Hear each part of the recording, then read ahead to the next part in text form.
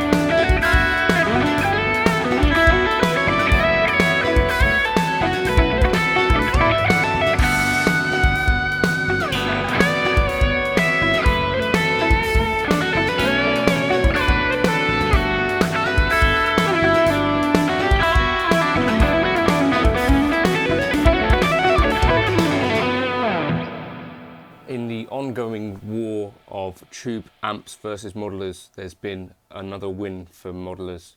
It's just funny. The Edge has been reportedly using the Universal Audio Ruby, Woodrow, and Dream, and has replaced his tube amplifiers for these for their residency at the Sphere in LA, somewhere in America. No, it's Las Vegas, isn't it?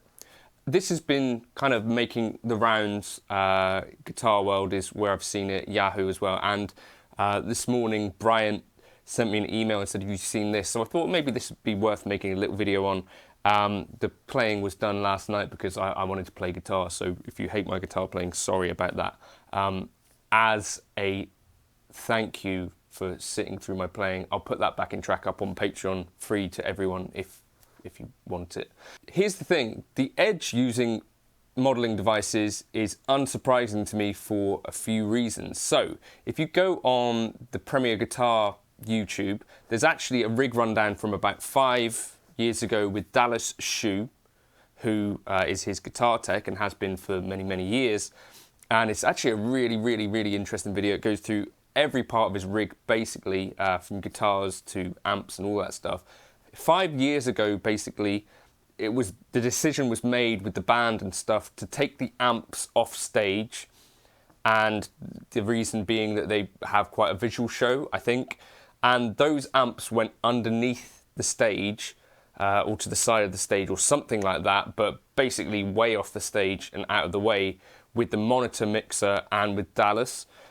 Where he was looking after the guitars and stuff. And if you actually watch that video, it's quite interesting because it basically he says there were problems in general now that have been introduced because those amps are next to the monitor mix guy, and it's difficult for him to tune guitars and stuff. So even back then, it sounded like, well, this is kind of a situation where this might change. What's also interesting about this to me is really unsurprising. I don't think many people would be able to tell the difference between an amp modeler and an amp if it's just in your ears. If you take the amp and cab out of the room, I think that's when the experience of playing through an amp and cab starts to disappear, if that makes sense. If a tree falls in the forest, does it hit a sausage? Yeah, so it's like that, the control room thing, right? Where if you're playing an amp in a control room in a studio, you don't get the feedback type stuff happening unless you've got the monitors cranked up. Yeah, it's much more like actually playing through a modeler, right? For that reason, I'm really unsurprised, because basically what the Edge's rig has been is this really complex thing. If you watch the video, it's just imagining setting this up just boggles the mind. But you've got like a bunch of Voxes, you've got a bunch of Tweed Fenders and some other stuff that's tucked away like in a little kind of isolated part.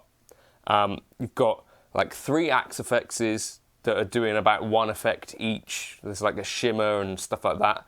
Then there's, you know, a whole other rack of other stuff, including a Pod Pro, then a rack of pedals and stuff. It's all controlled by, I think it looks like a Bradshaw unit or something similar, all going into his ears. So the other thing that makes this kind of unsurprising is that the Edge has used kind of line 6 for drive tones for quite a while. I think they even made him a custom unit that could be MIDI switchable. So someone who's not really been scared to try the digital stuff in general. And again, like I say, if your experience is that you don't have an amp and cab on stage with you anyway, that switch, I think, is probably not that difficult. Because I think most of what us guitarists like about plugging into a real amp and cab is that feeling of it behind you pushing air. If you take that away, then I don't really know kind of what's left, except for, in this case, like with the Edge, a load of complication. And it must be so much simpler for basically everyone involved to just, you know, switch those amps out and put them in the UA units into the rather complex system. I guess it's because it's such a behemoth of a setup in general that you wouldn't just basically pare things down even further. You know, like there's no real reason to have the 3 Axe effects doing that stuff, because they're just like running 1 preset each. You could have it switching that stuff. In other ways, I kind of also think that probably you could have the amp models running in the Axe effects. I think most people would agree that those are on par with the Universal Audio stuff, but I guess it's more of a situation where you've got to plug like these little modular modelers into an already existing rig, which is huge and difficult to set up and maintain and all that sort of stuff. Yeah, I was unsurprised by it. I think the Edge commented on it and said that there were various reasons for it at the Sphere being the way to go. So I think it's, yeah, although it's made quite a lot of headlines, in this case where it's a guitarist who's not got the amps on stage with them, not had them on stage for like 5 years, it's really unsurprising to me that you'd then quite easily be able to transition to a situation where you're just using modeling. You're only hearing the amps in your ears anyway. The amps are down off stage, annoying your sound guy and annoying your tech. Like that's all they're really doing. They're not giving you any sort of feedback, not any of the things that us guitarists, I think, can get kind of addicted to.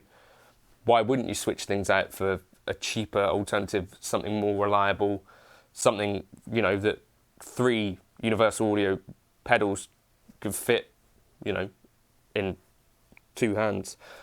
So yeah, that's kind of my thoughts on that. I think the situation where you'd be surprised if this started to happen might be in a situation like where it's smaller venues or something like that, where actually you're still getting a load of stuff from the amp. Like, so for me, if I'm playing a dodgy bar gig or a shitty wedding somewhere, I'm still, as a guitarist, getting loads of stuff from the amp actually being sort of 1 foot, 2 foot away from me. If you put that somewhere else out in the back room with Sheila and Dave, who are having it off in the toilets, then I'm pretty sure that I wouldn't really be able to tell the difference.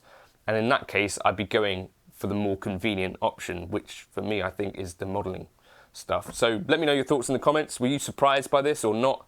I think the Edge, someone who's been pushing forward technology-wise for many years, has already ditched the amps off stage anyway, and has been using fractal stuff and Line 6 stuff for decades. So kind of makes sense, I think. Let me know your thoughts in the comments. If you wanted that preset that I was using, it was a Revstar Lead 2023. I'll drop it into the Gumroad folder. Cheers for stopping by. Oh, by the way, I occasionally get people asking about this Telegram thing, because a thing on YouTube is that in the comments you get these weird accounts that are saying that they want to give you stuff. Obviously that's not me. I don't have Telegram. I don't really even know what it is. I didn't realise it was still a thing. I thought it was a thing that Edison used back in the day. So if you see these Telegram things, just report the comments, because basically they changed their names to like Paul Davidson and Rick Beato and try and scam viewers of those channels as well. So I'm not giving away a Les Paul and a Apple computer. I use Windows and no one wants one of them anyway. Cheers.